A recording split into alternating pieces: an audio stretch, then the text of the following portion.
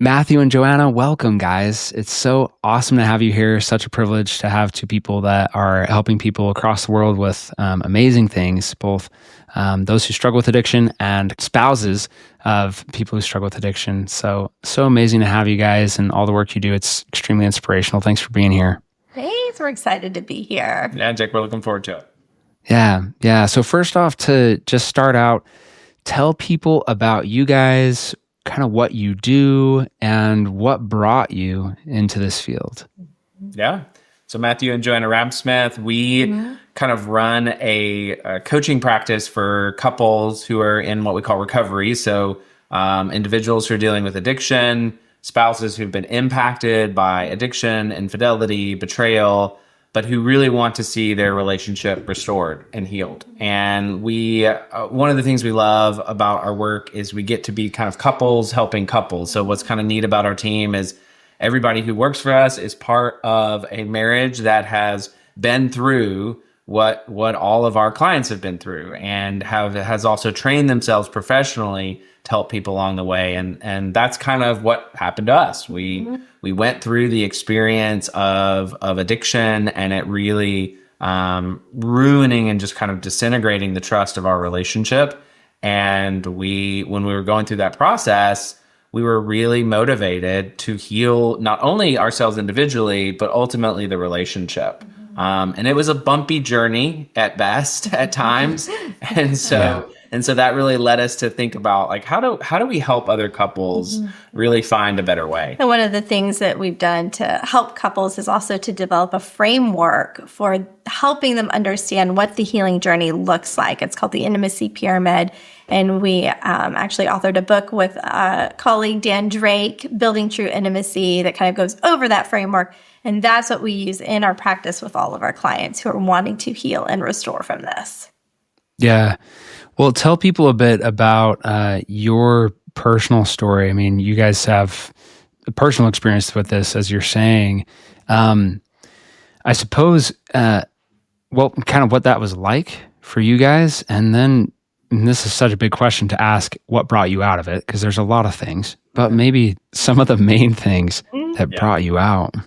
Yeah. Talk about what got us into it. What got us into it was a lifelong history of me having kind of a double life. I would portray myself in public a certain way. I was a pastor for a long time. I kind of considered myself, very gentlemanly like, right? And then I had this kind of approach in relationships. But under the surface, I had this long-term history with early exposure to sexualized content, which turned into kind of sexual addiction, which turned into pornography use and kind of the various other ways of acting out. And I really kept those two lives as separate as could be. Nobody who kind of saw me in public would know about that private life. And that private life really, I never let it become part of that public persona. And so when Joanna and I started dating, I just continued that same pattern, right? She saw who I was kind of in our relationship day to day, but I was also kind of hiding this secret past from her, which really eventually became part of our present. And that's really kind of what happened is that it's something that I thought was going to be gone and kind of done with. When our relationship came around, it came creeping back in, right? Ever so kind of subtly at first. And then before I knew it, I was kind of full blown in my addiction again. And Joanna was asking a lot of hard questions like, what's going on? Right? What's wrong with our relationship? Why aren't we as close as we wish we were? Because we really liked who we were as a couple. We had a lot that we were really excited about, but there was this kind of wall that was keeping us together, and she didn't know what it was. And that was what was so difficult for her, was she knew the kind of block, but she didn't really understand what the root of it was. And not too many people are educated in sexual addiction until you become some sort of professional in the field or have personal experience with it, right? So I had never heard of the term. I had no idea what it was. And so I didn't even know that could be an option of what was getting us stuck. And, right, in addition to, he hid everything from me, right? And so I could tell we weren't as healthy or as close emotionally as we both said we wanted to be. And we were pouring in time, effort, energy, emotion, trying to get better, trying to get healthy. We were doing marriage programs. We saw a counselor, right? Like we were doing some things, but still getting stuck. And it wasn't until I heard someone actually in one of the first classes of my MFT program, an anonymous pastor came and gave a testimony from healing from sexual addiction, what he did in his road to recovery, what healing and restoration looked like in his marriage. And as he was talking, I knew immediately, this is it. This is the thing that is going on that is keeping us stuck. And so that day I went home and I just asked him straight up, is this what is going on for us? Is this happening in your life right now? And like I said, Joanna had been hinting and kind of beating around it, right? Asking kind of what was going on in our relationship. But I don't know, for a long time, I don't think she'd been that direct. And so she tells this story and asks this very direct question. And for the first time in my entire life, I mean, I'm over 30 by this point, and I had never told anyone what I told her, which was, yes, I actually am struggling with this. This is going on in our life. I think the only word that came out was yes. Everything just got shut down after that. And she so lovingly handed me that sheet of resources and goes, well, I think you're going to be doing these things, right? And that's really what started the journey for us. And so we kind of shifted from kind of pouring in general resources, like I said, counseling, kind of marriage resources, classes, to kind of specific addiction. And we went all in on understanding sexual addiction. I had to figure out what was going on. And I did not understand why I was doing this, because it wasn't what I wanted. It wasn't what I wanted for us and for myself. But I just kept finding myself back in it, right back into that space. And so I had to get to understand myself. Joanna then had the unfortunate reality of having to get to know kind of what had happened to her, the reality of her hopes and dreams of the relationship that had now been shattered. And this just kind of one word. And this is over a decade ago when we're going through this.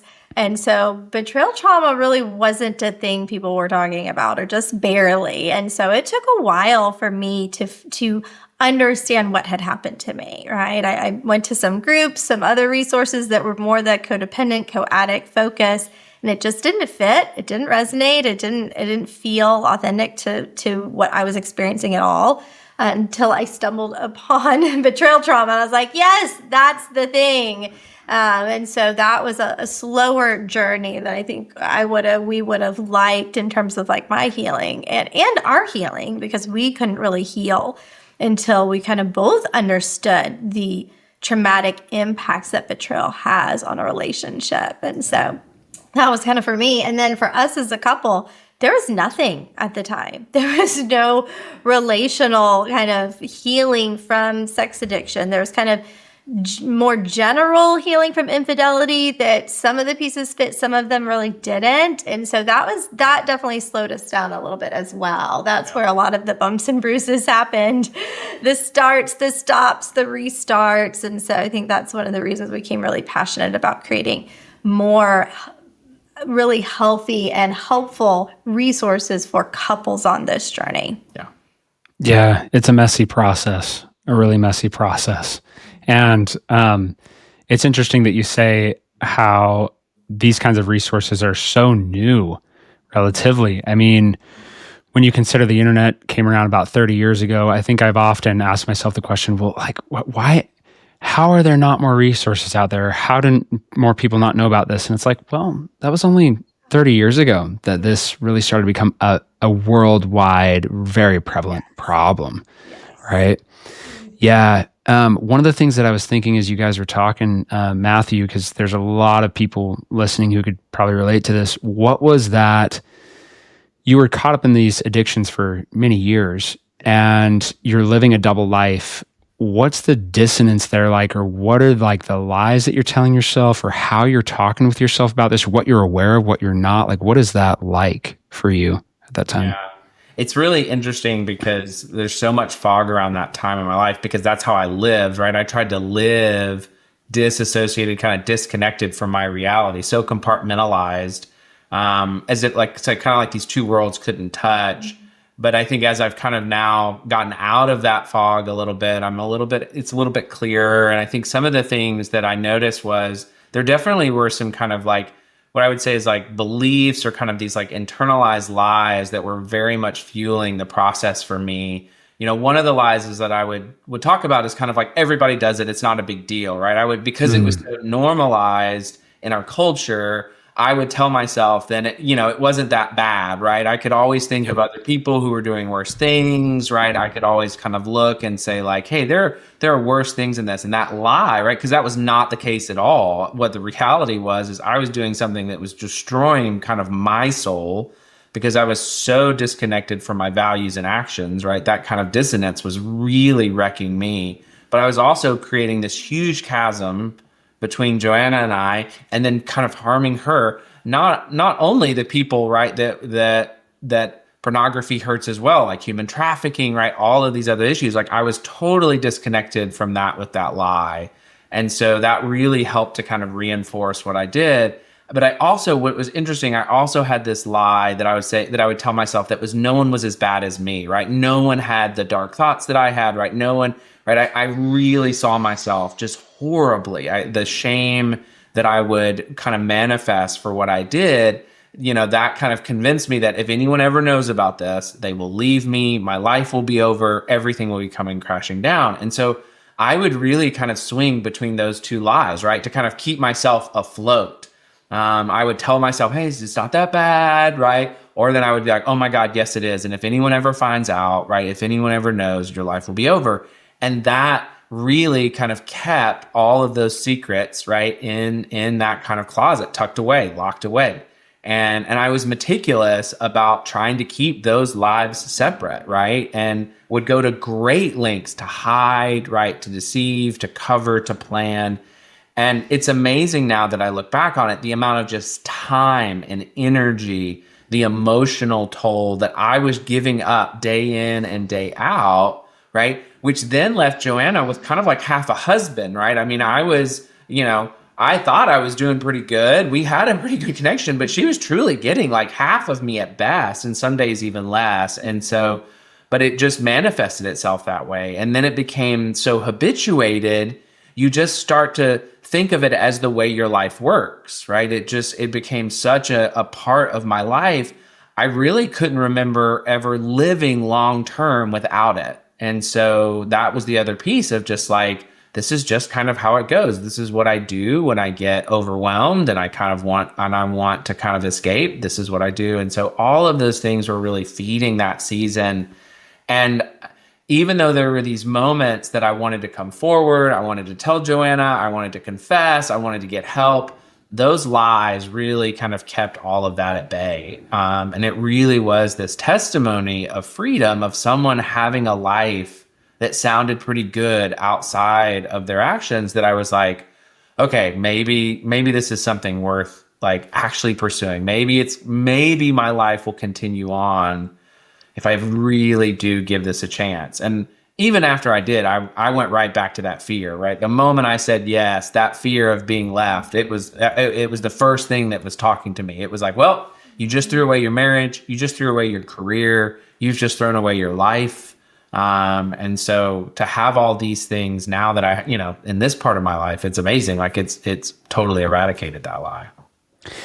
Well, and I don't know if you guys, know IFS or parts work at all, if you guys ever use that. Yeah, I love the concepts so much. They're life-changing. When you were talking about those two sides of you, Matthew, I thought of the firefighter manager polarization back and forth of one side is highly self-critical, keep everything hidden, don't tell anybody about this. If you do, they'll reject you, they'll leave you. And then the opposite lie as well, which is, this isn't a big deal. Everybody does it. It's, just keep doing this behavior. It's what gets you through. It's fine. Right.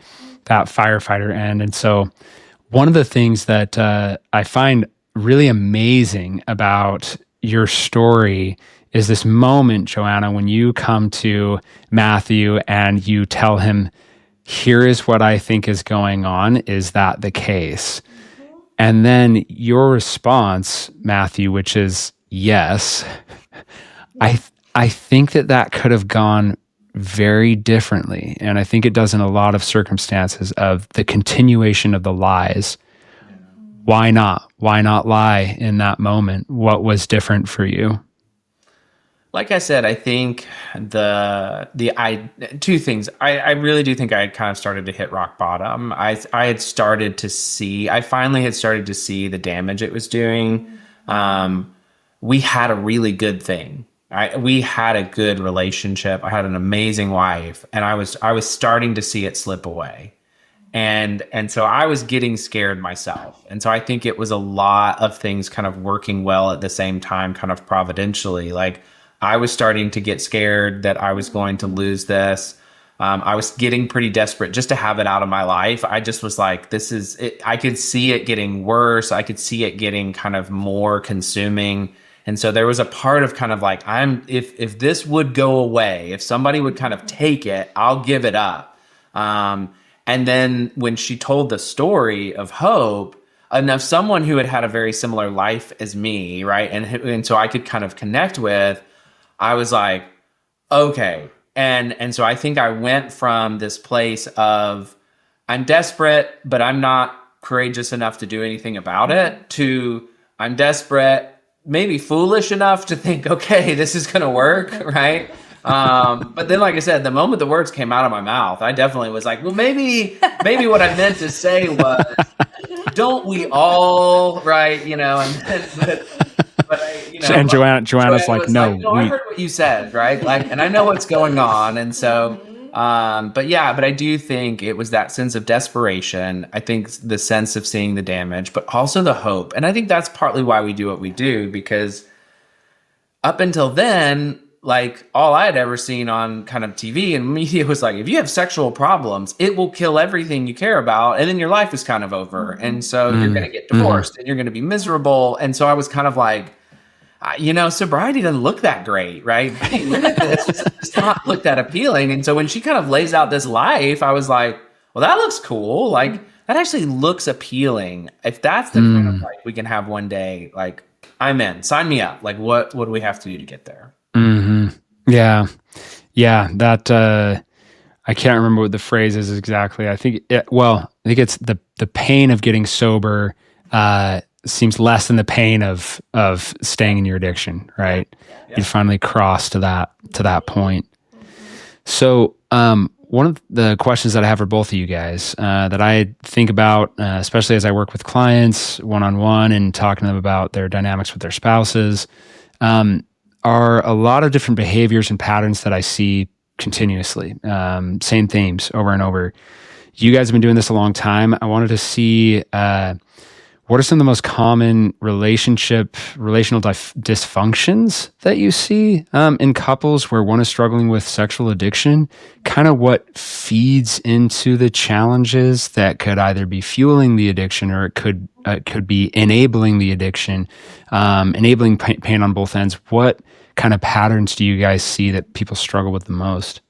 Yeah, I think one of the patterns that happens a lot is it's an imbalanced pattern basically in the coupleship, because there's one person who is stepping out of the relationship consistently, right? Whoever's in the addiction, whoever's in the deception is in a sense abandoning the relationship to feed the addiction instead of nurturing the relationship. And that partner on the other side who's left alone, who's left abandoned, feels very unsafe, right? And in my case, right, in the same way, like, doesn't totally know what's going on or why. So it's very tricky to do anything directly about it. And so what happens is that partner will just kind of step in and fill in the gap and take over and maybe like pour into the kids a little bit more, or just whatever that looks like. They start carrying the weight of responsibility of caring for the relationship, caring for the family, and it can start to look or feel like control in some ways as the other person who's stepping out of the relationship. It's what we sometimes call like learned helplessness. They become less and less responsible, reliable, even capable of showing up for themselves, right? Because again, they're not taking care of themselves if they're acting out in addiction, and certainly not capable of caring for the relationship. And that gets really tricky after discovery, because they've kind of learned these roles in this really unhealthy, imbalanced way. And what's needed is for that betrayer to step in and take ownership of their own recovery. But that's exactly the opposite of what happens. It's the spouse doing the research, doing the planning, doing the work to get them out of their own addiction, which just sets up a really bad recovery process pretty early on from the beginning if they don't step in and really take ownership of that recovery. Yeah. And then what we see happen, right, from the addict side, what'll typically take place is there will be kind of resentment building, because I will experience, like Joanna was saying, this partner is trying to create safety, stability, because there's this instability. And so they're doing more, but that more will start to feel like control. It'll feel like kind of parenting. And so what often is the case is then I'll get resentful. I'll start to see my partner in this negative light, and because I'm completely oblivious to the damage that's being done by being outside of the relationship. And so, because I am thinking, this is a victimless crime, or this isn't hurting anybody, right? And so I'm totally ignorant to the pain that's being caused. And so therefore I'm looking at my partner negatively, which then is just reinforcing the kind of destructive entitlement I have as an addict, right? That I deserve a break. I deserve to feel good too. So I go back into my addiction. And then, like Joanna said, in discovery, this can turn out to even be the case even more, right? And what we'll find is, especially if there's relapse or there's kind of a lack of that kind of desperate getting rid of the addiction, right? The partner is going, hey, have you been to a meeting? Have you called your sponsor? How are you doing? Right? And then the husband or the spouse is the addict is getting frustrated because they're like, why are you asking me all these questions? Right? Why are you controlling me? And then they do this dance. And even if they make progress, that imbalance. So Joanna said, it's really helping that addict understand, like, you weren't a spouse. Like, you were in the relationship, but you really didn't function as a spouse, and your relationship is going to need so much from you. And the partner is going to have to have space to heal, because that's the one thing that control is preventing. It's preventing the healing. But a lot of people think, oh, we just need to tell the partner, just do less, right? Why don't you just do less? Why don't you stop doing something? Quit trying to control your spouse's recovery. And we go, no.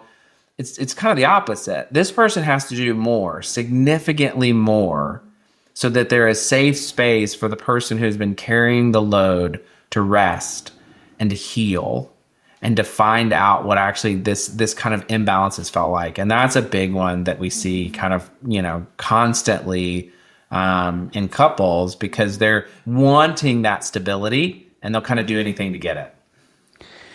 So you have a spouse of someone who's addicted, who is experiencing exactly what you're talking about, right? And they feel they're carrying all this weight. They're kind of being, what might be seen as controlling or judgmental because they're feeling overwhelmed and that things are imbalanced. They want to make that spouse change, right? They want to make them come out of their addiction and make them heal. And it seems like the more that they reach in to do that, the worse things get, and the deeper that the one who is addicted digs in their heels. How does the spouse change their behavior? What can they do in order to empower that situation rather than playing into this dynamic that's just hurting both ends in different ways? Yeah, it's really hard. It's not easy, right? It's a very natural reaction. If I'm safe, if I'm feeling unsafe, I'm going to try and create safety. And when I'm feeling unsafe because this person that I'm extremely, right, I'm in a vulnerable position with them. For most of the partners I work with, they're married, they have kids, they share finances, right? Like, no amount of boundaries is all of a sudden going to separate all of that and protect them. And so they know that I'm in a vulnerable place with this person, and they're choosing this extremely dangerous, unsafe, chaotic, destructive behavior. And so it is a very built-in reaction, right, to seek to control in a way that creates safety for myself. And so I think first grieving just the reality of like, this is not an okay reality, right? Like this is exactly the opposite of what I thought we were committing to, right? And so I think in some ways, like it's helpful to name the injustice that's taking place. Like, hey, I thought we signed up to be full and equal partners. And not only has that not been happening, it's still not happening, right? And so I think like giving space to name that, giving space to grieve that reality first is really important, because that, I think for a lot of partners, that unfair, that injustice piece also kicks in and goes like, no, wait, but this is the expectation. And so helping them then find a way to voice that expectation, because that absolutely is. We're not asking you to change your expectation. That is the expectation. And you need to be able to assert and advocate for that, what we would say is really the healthy relational reality. And so when you're advocating for that balance or that justice, you're also advocating for the healthiest dynamic, both relationally and for both individuals. Because one of the things the research shows is that for individuals to thrive, they have to have secure attachments in their life. And so when you're advocating for a healthy, secure attachment, you're also advocating for both of those individuals to thrive. And so sometimes reframing that is helpful too. And then stepping into, okay, where do I have some power? Not to control the other person, right? Like kind of what is my responsibility and what do I let go of? And that's, again, that can be really scary. And so we kind of help couples understand, and this is for both individuals is helpful. My responsibility is myself and anything to do with me and the relationship. Those are my two responsibilities. And so both of us share that relational responsibility, but I'm not responsible for my spouse's recovery, sobriety, that journey. But I do have a space to advocate, right? Because there's the relational part. We're not going to have a healthy relationship if this person stays in addiction. So I do have space to advocate for that person to be self-responsible and do the things that they need to do to show up sober and healthy for our relationship. And so that's where we talk to partners about boundaries. Those are kind of, we refer to those things where you have full control over it. Those are your responsibilities. Think about what are the boundaries that you need to provide safety for yourself, to provide healing space for yourself. And then what are relational requests? What are the things that you need to name? Hey, I need to see this happen to be able to feel safe. And if you can't honor that request in terms of creating safety for us in the relationship, I may have to change my boundaries, right? And so that sometimes people will think about like consequences. We struggle to use that term because it starts to feel too much like rules and punishment, which gets into that parent-child dynamic again. Rather, we talk about like what we're trying to do is we're trying to create a really safe structure where, yes, some things are in bounds and some things are out of bounds. But if we honor that structure, we start to create a lot of safety. And so personally, my boundaries should help create safety for me. Relationally, those boundaries or that structure should create safety for us. And that's a really positive thing. And so the best case scenario would be that both people were able to work, collaborate to create that relational structure together and start moving towards safety.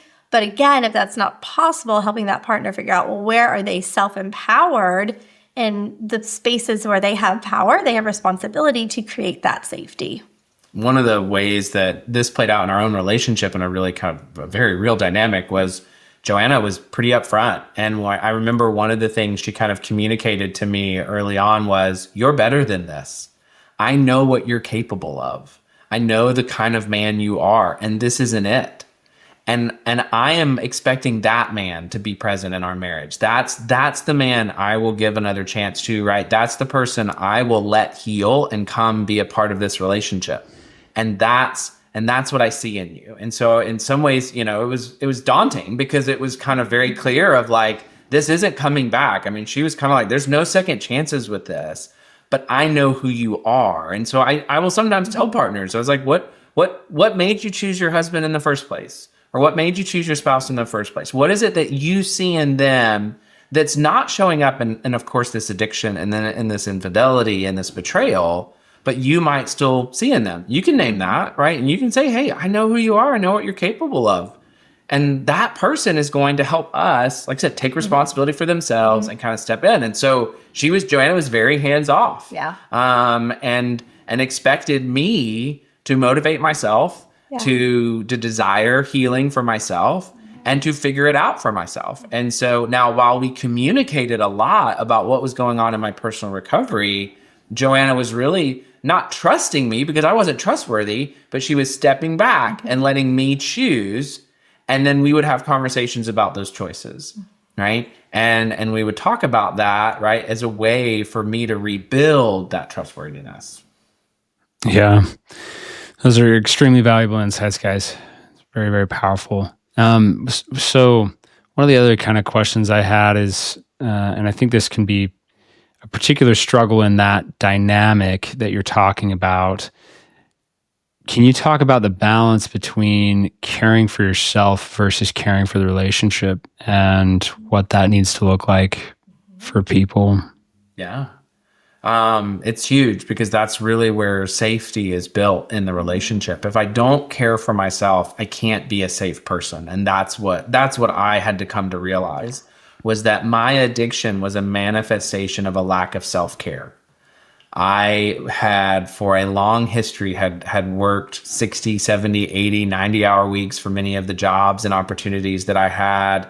I was a people pleaser. I would be very conflict avoidant. I would kind of keep things to myself. I would build resentments, right? I was doing all these things to kind of create this internalized distaste, discomfort, frustration. And then my acting out was a way of trying to medicate all of that. And so I had to get that solved, right? Because if I was going to continue to do that, if I was going to continue to overwork, if I was going to continue to avoid conflict, and I was going to continue to find myself in some type of destructive behavior, even if I could boundary out some of the sexualized behaviors in my life, those other behaviors and the anger and the things that would kind of also manifest. And so becoming a safe person meant I had to take care of myself so that I had something that I could give, because the thing with the relationship is it is a sacrificial, generous act, right? I'm taking care of the relationship without any guarantee of it necessarily taking care of me immediately, right? And so I had to be in a place to be healthy. And so that meant a hard look at everything in my life. I mean, I'm a big fan of the 12 steps, and they'll tell you people, places, things, everything has to change, right? If you're not willing to change all the ways that you live, you're going to have a hard time showing up differently in your life. And so physical self-care, emotional self-care, spiritual self-care, right? Mental self-care all really became a part of my recovery. Recovery was not, I've done a bad thing and I need to be punished for the bad thing. Recovery was, I'm killing myself and I'd like to live. Here's a life. Right. And so that's what I really loved about recovery. And I think that was one of the reasons recovery stuck for me, was it improved my life. It helped me to live better, which then gave me the capacity to say, okay, what are the things that I've committed to that I am responsible to care for, that kind of can't care for themselves, right? And I knew Joanna was responsible for herself, but I needed to be responsible for the relationship. And so part of that recognition was, okay, my actions have impacted her in a way. I have to create space for her, right? What are there things that I can do in our life that would create space for her journey? Whether that's her going to a retreat or a group or things like that. Honesty, right? Being transparent, not keeping things from her anymore. Like all of these things were actually ways that I was caring for the relationship, because that's what the relationship needed. It needed me to be honest. It needed me to be consistent, right? And so those were the ways that I was actually making our relationship better. It's amazing how when you actually step in and do that work of self-responsibility, how oftentimes it naturally leads to caring for the relationship better. And so kind of maybe a silly example that we actually navigated pre-recovery, and I think it helped us better understand what recovery needed to look like. Was early in our marriage, Matthew would get hangry really easily. And so if we were out and all of a sudden his stomach was empty, he'd get really upset and very fast. And I did not grow up in a family where people got angry or hangry. And so it was a little scary to me. And so I found that I started, when I feel unsafe, I tend to control. I started like stuffing my purse with granola bars. So if we're out and he gets angry, I can just, here you go, eat some food, right? So I was managing, I was taking responsibility for his emotional and physical state. And then I would get angry because I would be like, I don't want that granola bar. I want a cheeseburger, right? And I would like get resentful at her for like taking care of me. And even if I could manage his anger by bringing a bunch of food with me, I knew I would never actually feel safe. If the only reason I'm safe is because I'm managing his emotions, that doesn't feel good, right? That's not truly building a safe relationship dynamic. Maybe personally, I feel a little bit more safe in the moment, but relationally, this is not working. and individually, right? I'm being responsible for him. He's not being responsible for him. And so when we kind of learned this and learned like, oh, his emotions are his responsibility, I was like, phew, okay, great. It's like, you get to pack your own food from now. Mm-hmm. And the expectation is you will manage your emotions when we go out. And so for a season, I purposefully kind of like pulled back and made sure not to bring food or not to make suggestions, but to hold him accountable. And if I could tell he was getting hangry or he was needing food, I would kind of name like, this is your responsibility to take care of and to be able to show up in a healthy way when we're together. And so I was still holding him accountable, right? It's not that I just like checked out or disconnected or withdrew. I used my voice to name, this is your responsibility, this is mine, and the expectation is that you're going to show up and you're going to take care of that. And he did, and he would show up and he would manage his own hunger. He would manage his emotions around those experiences. And it started building a lot more safety in the relationship. All of a sudden, I actually felt safe because I had a partner who's willing to show up and take responsibility for themselves and for the relationship to take responsibility for building safety for us. And what's really cool is as that happens, right, as enough of that safety is built up, what's cool is now I have the opportunity to step back in and to partner again. Because that safety has been built, because that self-responsibility has been demonstrated by both of us, I now know it's safe to step in where we get to be vulnerable and interdependent. So yes, now I can pack food for all of us when we go out, and it's not a big deal because I know that he is going to ultimately take responsibility for himself. Yeah.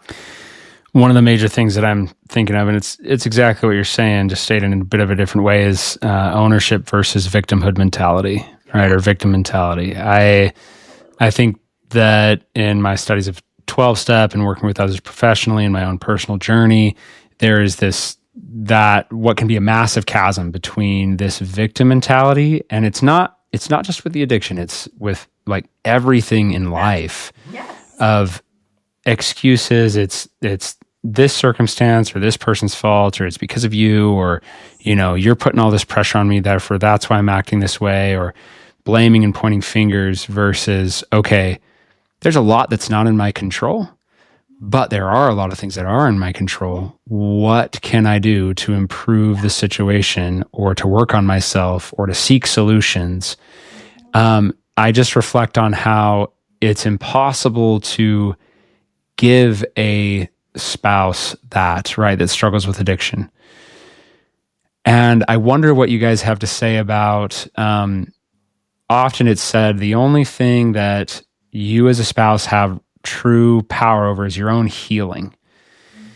If you see that as, in a lot of ways, kind of the path, and I know it's not the end all be all necessarily, but the more that I'm able to do my own healing and be an example of someone who is taking that self-responsibility and self-care, that is then hopefully going to rub off on the spouse. Would you say that that's true? Would you say that there's elements missing from that? It doesn't hurt. I mean, I think like we've talked about the dynamic that can cause us a kind of continual pattern, right? So if I'm in that victim mode and she's the kind of and I'm expecting her to be the rescuer, and she shows up that way because she feels unsafe, right? That'll make it that'll definitely get a couple kind of stuck. And if she's willing, if either partner is willing to change their pattern, the pattern has to naturally shift. Because we can't do our dance anymore. So I can go play the victim and be like, I didn't bring any food. I'm hungry. This isn't fun anymore. And she can be like, I hate that for you. Like I'm good. But if you need to take care of yourself, right, you're welcome to, because you're responsible for that. Like that will change our pattern. I do think though, like I can still be abusive with my anger. I can still be abusive with my victimization. I mean, there's things like gaslighting and other things. And this is where we will sometimes talk about scaffolding and support. And so this is going to be important for both people, but especially for a betrayed spouse. Do you have people who understand what you're going through and will help advocate for you as well? Because I do think that one of the realities that we deal with is that there are some, like, I am physically stronger than Joanna, right? I have a greater earning potential as a male in this world than Joanna, right? So I have financial power. I have physical power over Joanna. And so those are realities. And so she has a different level of safety in our relationship, like a kind of safety experience than I do. And if we don't reckon with those things, I think we get into this too much of like, hey, if you just be your best self, it'll rub off on your partner, and they will get better. I think it's what we'll usually say is like addiction, acting out. These aren't relational issues, right? Joanna was showing up as a really great wife, but because of my unresolved trauma and addiction, it didn't matter how good she would show up, right? There was no amount of goodness that she could be that would kind of fix that, right? And so it would definitely shine a light on it. But I think just being, able to say, what we like to say is more of like, can you get support? Can you get scaffolding? Can you help find your voice? And will there be others that join with you in that, right? That will not turn adversarial, but be able to kind of, like Joanna was saying, hold that standard of like, hey, here's what it's expected, right? What I realized was I was almost 30 years old and I couldn't feed myself properly, right? I could not deal with my metabolism. That is not the functioning of a healthy 30-year-old, right? Healthy 30-year-olds should be able to manage their metabolism and their stomach and their hunger and their emotions throughout a day. Are they going to be perfect in it? No, but I was way underperforming. And so instead what Joanna did was she allowed me to perform and show up as myself, which actually felt really good. I mean, that was the cool part of the story, was like, I started taking care of myself and that felt great. It actually felt better.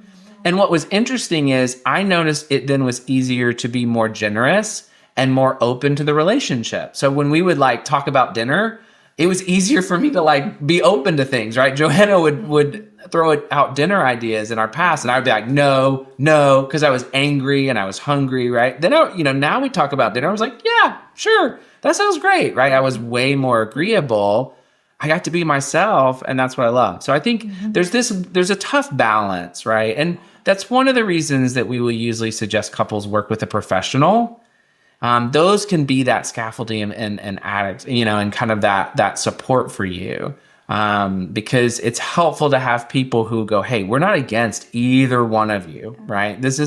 Couples don't get better by being against one of the spouses, kind of like IFS, right? Like being against myself or another person won't work. Yeah. But we can be against this addiction, right? We can be against the cancer that it's causing in your life and be for both of you together, right? And when we do that, we can also be for the relationship, because things that help people thrive should not harm relationships and vice versa. Yeah. For those who struggle with addiction, what do you think they really need to know about betrayal trauma, what it's like for their spouse? I think along with that, I was at a conference a while back. They were talking about betrayal trauma, PTSD, post-traumatic stress disorder, and how essentially betrayal trauma is it's a significant betrayal of trust with someone who's close to you. And what can often happen is this, as you guys were talking about, this hypervigilance, right? I think that a lot of those who have struggled with addiction, maybe they're getting better, maybe they're trying to come out of it, and they feel like their spouse is just in this space of like hypercritical, very controlling. Man, back off. Like, do you even love me right now? You just see me as my addiction and that I'm just this villain. That's very hard for them. But I would love for you guys to talk about, for those who are in that situation and they're experiencing their spouse being hyper vigilant or controlling or angry, right? For them to have some compassion for them or understanding for them, and what that is like for those spouses, why they are where they are, and just having that understanding, what that's like for them. It's I was like, love to hear you talk to it. Let me start, and then you fill in what I'll fill in the gaps. Intimate betrayal. Intimate partner betrayal is one of the single most devastating experiences that anyone can experience in their lifetime across the board. And they've done a lot of research on this. It's as bad as it gets, because this is the place, like Joanna was talking about, this was my secure attachment. And marital relationships are the only thing that mimic the level of security that the parent-child dynamic is, where we think of all of our good secure attachment is supposed to come from. The marital relationship's the only thing that comes close to that. And so when that has been fractured, it's as bad as it gets. And so I remind the people that I work with in the addiction world of like, this is not a kind of little thing. This is a big, huge thing. And it's usually happening to this person all at once, right? So I'll tell a guy, like, if you lie to someone, that hurts them. And you have to imagine lying to them every day. But here's the thing, they don't know that. They won't know that until years later. But that's not like it's one lie. It will be all of those days to them, because that's what their brain will start doing. Their brain will start asking, wait, when he was late that day and I asked him why, and he told me there was traffic and there was no traffic on the street. What was going on, right? That's what's happening. And so that load of years of kind of my lies was set on Joanna's shoulders in a moment. And she had to really, she had to spend years trying to really put back together her story, our story, my stories, right? Where they all fit. And that is so much on a human being. And I think if we don't talk about that reality, we will start to kind of go, well, why is she so critical? Why does she have so many questions? Where I'm more of like, there's actually, most partners that we encounter are holding it together incredibly well, knowing the circumstances.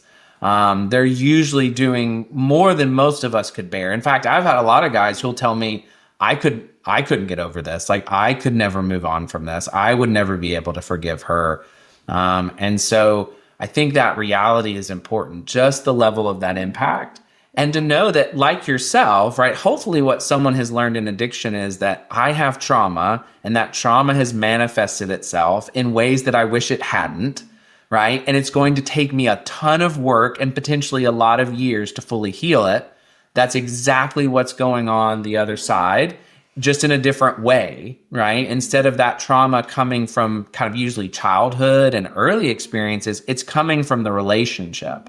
And so you're kind of like going, okay, that childhood abuser, who the trauma you're trying to work through, you're going to go live with them while you work through that trauma. We would not recommend that for most of our clients, but that's what these partners are living through. They are trying to heal from the trauma as they live an intimate relationship with the person that traumatized them. That will mess with your mind.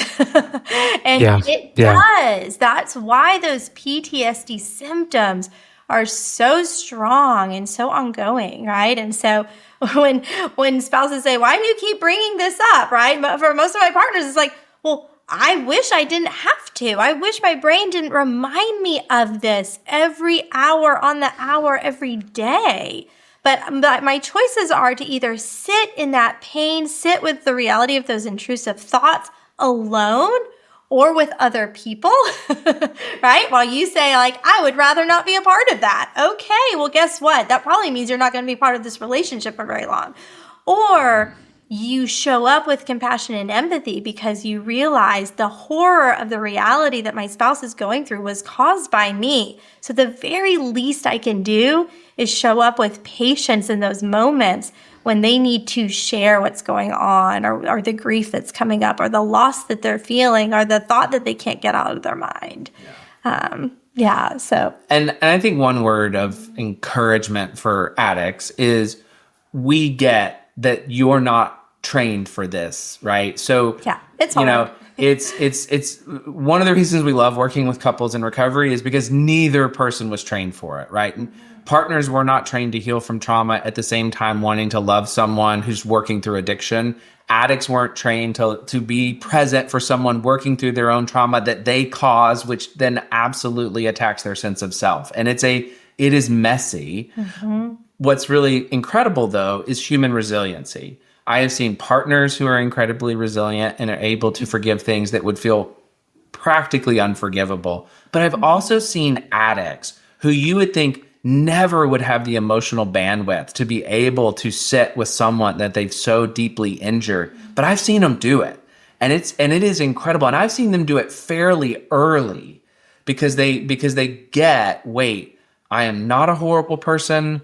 I am capable of loving other people well, and I can love even those that I've hurt, because even those things don't make me a horrible person again, right? Her pain doesn't make me a monster. And so like those parts, right, I can sit and I can be present and I can hear it, even though it's hard. And part of that is how you structure it, right? Part of that is giving couples kind of the structures and the tools to be able to do that. I think the one thing we would tell couples is don't try this on your own, right? It'd be like learning to skydive by yourselves, right? It's just not wise. Get the kind of support where they can help you have some of those early conversations. Yeah. Even, right, I will sometimes coach guys, if you can just be present and listen, right? Just reflect back what you hear, take it in. That will communicate to her so much, right? Early on, that you can be present, you can sit, right? Even if you don't totally understand or get it or it makes sense, but that you're willing to kind of hear is such a gift for the relationship. One of the things that I often see in relationships is the spouse of the addict will blame themselves for the addict's behavior. Some way I've fallen short, something wrong with me. What do you commonly see with what people go through with that and why? And how can they start to work out of that? Unfortunately, I think a lot of partners go to that place because they've actually been told that point blank by either their spouse or by trusted people in their life. There's a lot of people who are not trained professionally. They don't understand what's going on and how to deal with it. And they will actually say things like that and kind of advocate for healing options that are not so healing. And so unfortunately, right? And so like a big one sometimes is like the expectation that you would have so much sex with this person because they're not getting enough sex. And so that's why they had to go outside the relationship, or you weren't loving them enough, or you weren't, right? And so I think that they are told these things, or sometimes pick these things up subtly in culture, right? Like these messages are certainly out there. And so unfortunately, those become embedded enough that when they're faced with this reality in their own marriage, that's where they go to really easily, to these narratives that have already been in there, or a lot of times it's sometimes the help they first seek, then they're told these things right away. And so they start internalizing them, they start believing them. And so starting to help them name what some of those narratives are, understand where they came from, and then really dispelling them as myths, right? That it is not any responsibility on you that this person has chosen these destructive behaviors. And so sometimes what I'll tell my partners is you are enough, 100% enough for a healthy person, right? A healthy husband, a healthy spouse on the other side, but you did not have that. And so the way they showed up, the way they treated you was that you were not enough. But that is not a true reflection of your worth. And so your healing journey is getting back to knowing yourself and knowing the correct reflection of who you are, how valuable you are, how worthy you are, right? And so that's a lot of that healing. Healing of the trauma includes that piece for the partner of getting back to who they are, their authentic self. Who am I? What is my worth, my value? How do I know that's true? How is that expressed in my life? And that will show up then in their voice that they're using in the relationship, the expectations, the boundaries, all of that, right? You can see a shift in that as they start to get reconnected with their kind of self-worth. Yeah. Wow. That's very, very powerful, guys. And one of the things I wanted to ask that maybe a question that's a little unique, but is something that I've considered is how often do you guys see when one person is struggling with an addiction, the other one is as well, maybe a different form of addiction, like food or technology or social media or what have you, maybe some of these less obvious or more socially acceptable addictions. Do you guys see that quite a bit? Not, I mean, half the time, like what does that look like in your experience? Yeah, I mean, and addiction is one of those weird terms, right? Because it's got some kind of markers associated with it, like compulsivity and negative impact. What we know for certain, because there's tons of research around this, is that we all have what we call destructive coping behaviors or maladaptive coping behaviors that we've adopted since childhood. And they manifest themselves in a couple of different ways, right? Anger, kind of blame, shame, self-criticism, control, like Joanna was saying, and then escape, right? And those escapes can manifest, like you said, in food, in screens, in books. I mean, you can escape into anything if you want. Gabor Mate is famous for saying he escaped into classical music purchasing, right? So if you want to escape, you can. And those are true for all human beings, right? Addiction is that when my coping behaviors become so maladaptive, right? So destructive and so consuming that I feel like I can't stop them, right? That even if I tried to stop, I can't. And they having such a big impact. Obviously, trauma just takes whatever I do naturally to cope and reinforces it and makes it stronger and stronger and stronger. So it is really common that, when we see couples, they're gonna walk in with some things that aren't working for them, and they're gonna not work for them personally, and they're not gonna work for them relationally. And that's why we think it's really important to kind of have that individual approach, right? At first, even as we're working on the relationship, because the best thing I can do, they talk about the living amends and the 12 steps, right? The best thing I can do is just live as a better person. And so if I am constantly worrying about everything and ruminating in my head about all the worst possible scenarios, I can work on that. And I can work on that whether I've been betrayed or whether I'm a betraying spouse, whether I'm a child of a betrayed couple, right? These are all things that I can address that are going to make life better for me. And when they are better for me, they will be better for our relationship, right? When I can show up confident, excited, hopeful, I'm not just getting the better of that. Joanna's getting it too, right? She's experiencing that in our conversations. And so that's why it's helpful to have those kind of dynamics of like, hey, this is what I'm responsible for, because that's what's going to help show up in the relationship. But I do think there are certain behaviors that are more culturally acceptable currently. Screen addiction, social media use, right? Even watching the news, consuming things like that we really detach from our being present in our real life, and we escape and numb out into in a way that's really unhealthy for us personally and really toxic for our relationship. And so some of those are actually very important to think about and look at. I do that with every couple I work with, whether or not there's been any betrayal, because there's very few couples out there that it's not an issue for.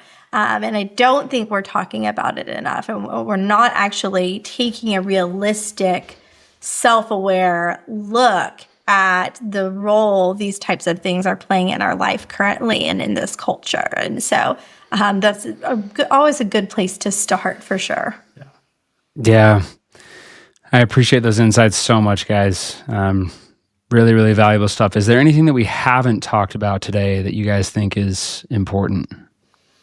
I think it's just good to know that the journey takes time. Rebuilding trust is not a overnight experience for anyone involved, and so there is a lot that can happen early. It does not have to take forever. I think some couples they get stuck in this kind of perpetual recovery cycle where they never actually get back to being a couple again. But even if that's not us, the process takes some time, because I've got to show up differently enough to create honesty and safety for my partner, so that they can then have the space to heal, so that we then get the chance to kind of rebuild our partnership. And all that can take a year, sometimes 18 months.